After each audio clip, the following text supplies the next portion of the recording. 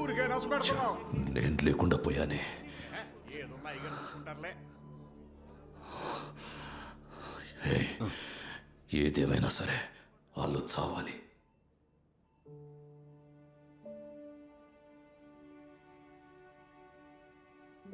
అమ్మా ఏడోకమ్మా, అన్నికేం కాదు.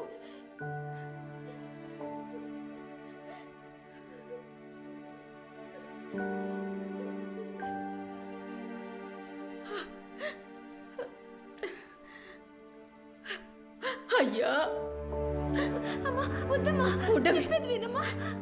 మీకేం కాలేదుగా, మీరు బానే ఉన్నారుగా. లోపల అడిగితే వాడికి మెలకువ రావడానికే 4 రోజులు పడుతుందన్నారు. ఎక్కడ మీ నాన్న? ఆయనకి ఫోన్ చేసి రమ్మని చెప్పు.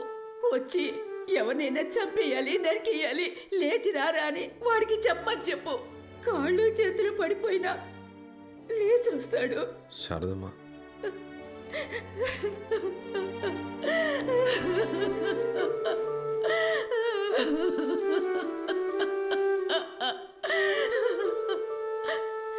మీ నాన్న నీ చేతికి కత్తిస్తాడా? ఎవరి తలైనా చేతులైనా నరికి తెమ్మంటాడా? నీకు మాత్రం ఏం కాకూడదు. ఊళ్ళో వాళ్ళ పిల్లలు ఏమైపోయినా పర్వాలేదా? ఇవన్నీ చేసి మీ నాన్న డబ్బు నీకోసమే కదా కూడబెడుతోంది. ఇలా మీ నాన్న కూడబెడుతోంది డబ్బు కాదయ్యా, పాపం. ఆ పాపం మాకొద్దయ్యా. నా బిడ్డ ప్రాణాలు మాత్రం కాపాడివ్వండయ్యా. బ్రతుకుంటే గంజి తాగైనా బ్రతుకుతాం.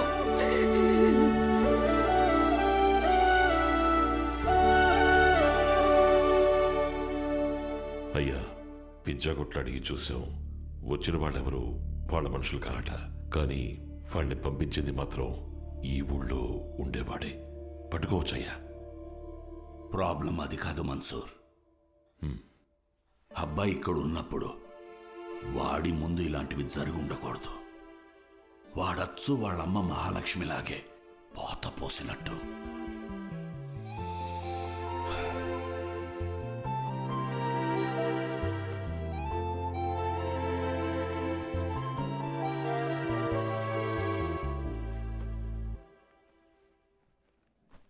హెరా, 1 వారం ఉంటానని చెప్పి అప్పుడే బయలుదేరుతున్నావు?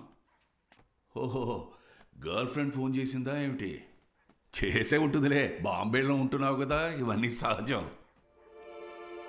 ఇది నేను మీ అమ్మ కాలికి తొడిగిన మెట్టె. నా జీవితంలో నేను తలదించుకున్నది తన కాళ్ళ దగ్గరే. ఏ ఒక్కరూ తనకు ఎదురు చెప్పలేరు. తను నా మహారాణి. అలాంటి అమ్మాయిని నీ కంటపడితే ఇది ఆ అమ్మాయికి తొడుగు. నీ మనసులో అలాంటిది ఏమీ లేదు అని చెప్పు. నాకు తెలిసిన అమ్మాయి ఉంది, వెళ్ళి చూద్దాం. ఏం మాట్లాడుతున్నారు నాన్న మీరు? రక్తంతో బతకడం అలవాటు అయిపోయిందా? చాలామంది దెబ్బలు తగిలి హాస్పిటల్లో ఉన్నారు. ఒకటి ప్రాణాలు పోయేలా ఉన్నాయి. మీరు నా పెళ్లి గురించి మాట్లాడుతున్నారు. కాస్త బయటికి వెళ్ళి చూడండి నాన్న. ఎంతమంది మీకు శాపనార్థాలు పెడుతున్నారు. నాకే తగులుతాయి నాన్న ఇంతకాలం మీరు చేసిన పాపాలన్నీ. రక్తంతో తరిసిన దెబ్బతోనే నేను పెరిగాను, తిన్నాను, చదివాను. ఇప్పుడు ఆలోచిస్తే నా మీద నాకే కోపం వస్తోంది, అసహ్యం వేస్తోంది. మీకు దండం పెడతాను నాన్న, మీకు ఇలాంటివి చాలు. వాళ్ళందరినీ పంపించేయండి, కనీసం ప్రాణాలతో ఉంటారు. నేను చెప్పినా నీకు అర్థం కాదు. మా బతుకులే అలాంటివి. దీనింతటితో ఆపలేము, మార్చలేము. వీళ్ళు తిరిగి వెళ్లాలన్నా కొంతమందికి ఇళ్లున్నాయి. మిగతా వాళ్ళందరికీ ఇదే వాళ్ళ ఇల్లు, ఇదే వాళ్ళ కుటుంబం. నువ్వు నా కన్నబిడ్డవైతే వాళ్ళు నేను పెంచిన బిడ్డలు. నువ్వేంట్రా ఇలా మాట్లాడుతున్నావు? మరి నన్ను మాత్రం ఎందుకు బాబాయ్ పంపించారు? నన్ను మాత్రం ఎందుకు చదివించారు? నా వయసులో ఎంతమంది ఉన్నారు అక్కడ? వాళ్ళని మీ కొడుకులు అనుకుని ఉంటే వాళ్ళు బాగుండేవాళ్ళుగా. ఇవాళ శారదమ్మ నన్ను హాస్పిటల్లో అడిగింది, మీ నాన్న మీ చేత కత్తి పట్టిస్తారా అని. ఇవాళ శారదమ్మ చూసిన చూపు జీవితాంతం మర్చిపోలేనన్న. నేను రేపు వెళ్ళిపోతాను నాన్న, ఇంకెప్పటికీ రా.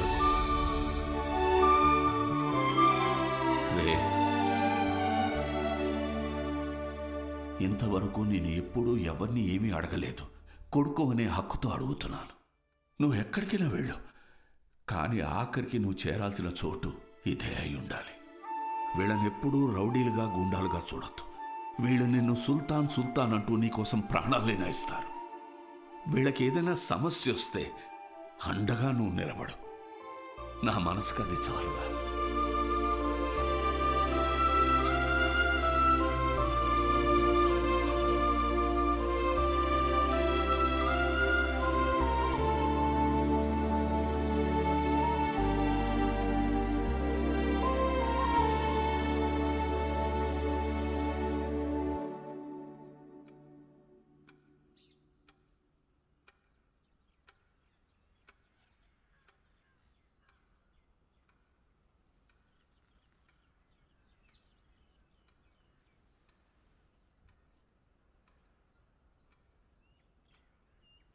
మన ఇంటికి మనుషుల్ని పంపించింది ఎవరో కాదు,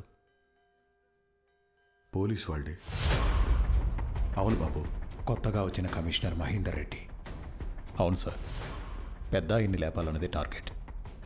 కానీ ఇప్పుడు మీ ఇంట్లో ఉన్న పెద్ద తలకాయలందరినీ లేపేయాలనుకుంటున్నారు. అది కూడా 10 రోజుల్లో. మల్లేశం, రాఖీ, అరుణాచలం, సంపు, సాంబశివం, యాదగిరి, కాశీ, మైఖేల్, మన్సూర్.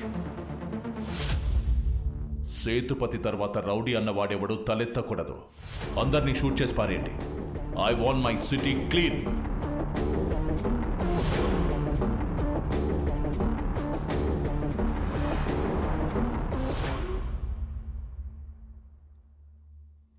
ఎన్కౌంటరా? కాదే, నాకు గ్యాంగ్ వార్ అని చెప్పారే.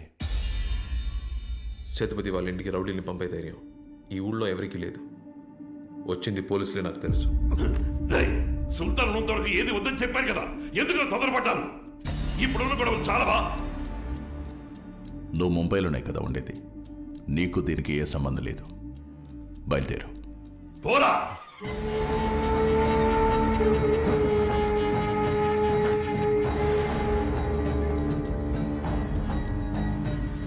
నేను నీ మంచి కోరి చెప్తున్నా, ఇక్కడ ఉండొద్దు, వెళ్ళిపో.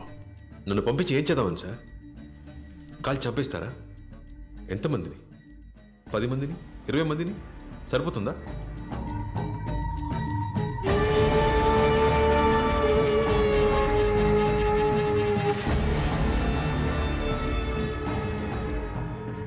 నాకు తెలిసిన ఈ విషయం వాళ్ళకి తెలిసి ఏమవుతుందో మీకు తెలుసు.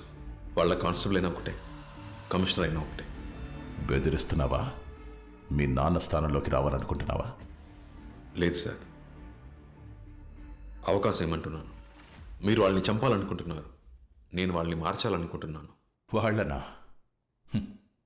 వాళ్ళని మార్చలేవు. వాళ్ళ మీద వారానికి 100 కేసులు వస్తున్నాయి. మారుస్తావా? వైలెన్స్ వాళ్ళ రక్తంలోనే ఉంది. వైలెన్స్ వాళ్ళ రక్తంలో లేదా సార్, వాళ్ళ బ్రెయిన్లో ఉంది. నట్లు బోల్టు ప్లేట్లతో తెలివి ఫీలింగ్స్ లేని రోబోట్ని కూడా నేను చెప్పింది చెప్పినట్టు చేయించగలను. నా మంచి చెడు చూసి నన్ను పెంచిన వాళ్ళు నా మాట విని నేను చెప్పినట్టు చేస్తారు. వాళ్ళు ఇలా అయిపోవడానికి మా నాన్న కూడా ఒక కారణం సార్. అందుకే వాళ్ళని మార్చాలనుకుంటున్నాను. ఒక అవకాశం అండి సార్. నువ్వు మహాభారతం చదివావా? మహాభారతంలో కృష్ణుడు 100 అవకాశాలు ఇచ్చినా కౌరవులు మారలేదు. ఆయనే వాళ్ళను చంపేశాడు. నువ్వు ఒక్క అవకాశమే కదా అడిగింది. ఇస్తాను. 6 నెలలు సరిపోతుందా? కానీ ఈ 6 నెలల్లో వాళ్ళ మీద ఓ చిన్న పెట్టి కేసు కూడా ఫైల్ అవ్వకూడదు. ఏ స్టేషన్లోనూ ఏ ఒక్కరి మీద ఒక్క కేసు కూడా ఉండకూడదు. జరిగే పనేనా?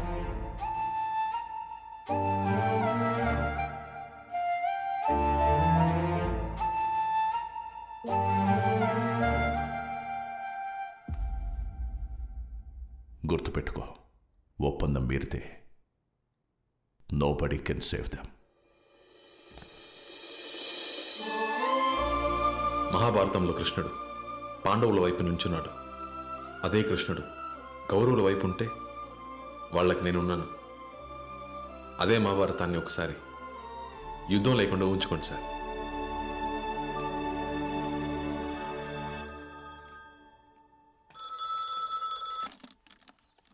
హలో వెలగపూడి నుంచి మాట్లాడుతున్నాం అయ్యా. మీరు ఎప్పుడు వస్తున్నారయ్యా? ఇక్కడ రోజుకో ప్రాణం పోతుందయ్యా.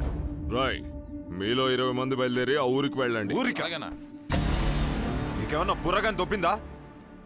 మన ఇంట్లో దాడి చేసింది ఎవరో తెలీదు. వాళ్ళని పట్టుకోవడం మానేసి మమ్మల్ని ఊరికి వెళ్ళమంటావా? నాయకుడు లేని గ్యాంగు ముండమోపితో సమానమని నిరూపించావు. ఏం మాట్లాడుతున్నావు? నేను చెప్తున్నా, ఎవరు వెళ్ళకూడదు. సరే, వెళ్ళాలా వద్దా అని ఎప్పట్లా తేల్చుకుందాం.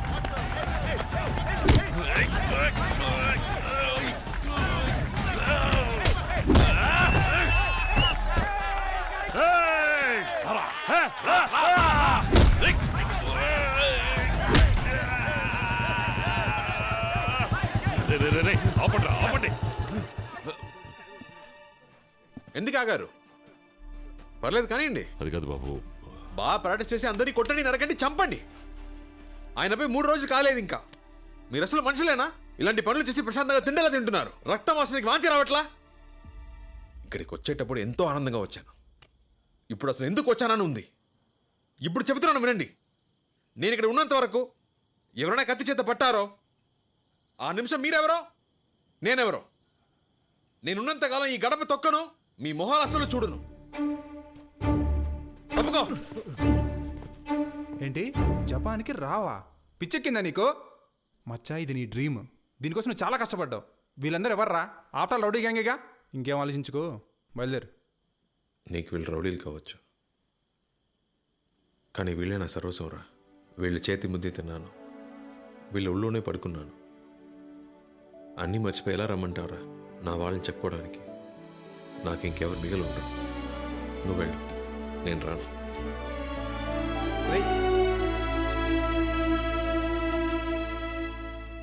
మనం ఆ ఊరికి వెళ్ళి తీరాలి. ఎందుకంటే అది పెద్దయ్య గారు వాళ్ళకి ఇచ్చిన ఆఖరి మాట. మనం దాన్ని కాపాడాలి.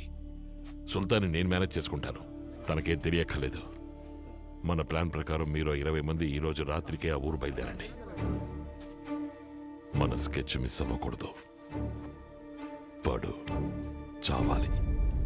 రేయ్, గేటు దాటేలోపు భయంతో ఎవ్వడి బాడీలోంచి ఏ సౌండ్ రాకూడదు. Pin drop silence. ఎవడరా సౌండ్ చేసింది? చేతవా? అది నువ్వేరా? మూసుకుంట్రా. రేయ్,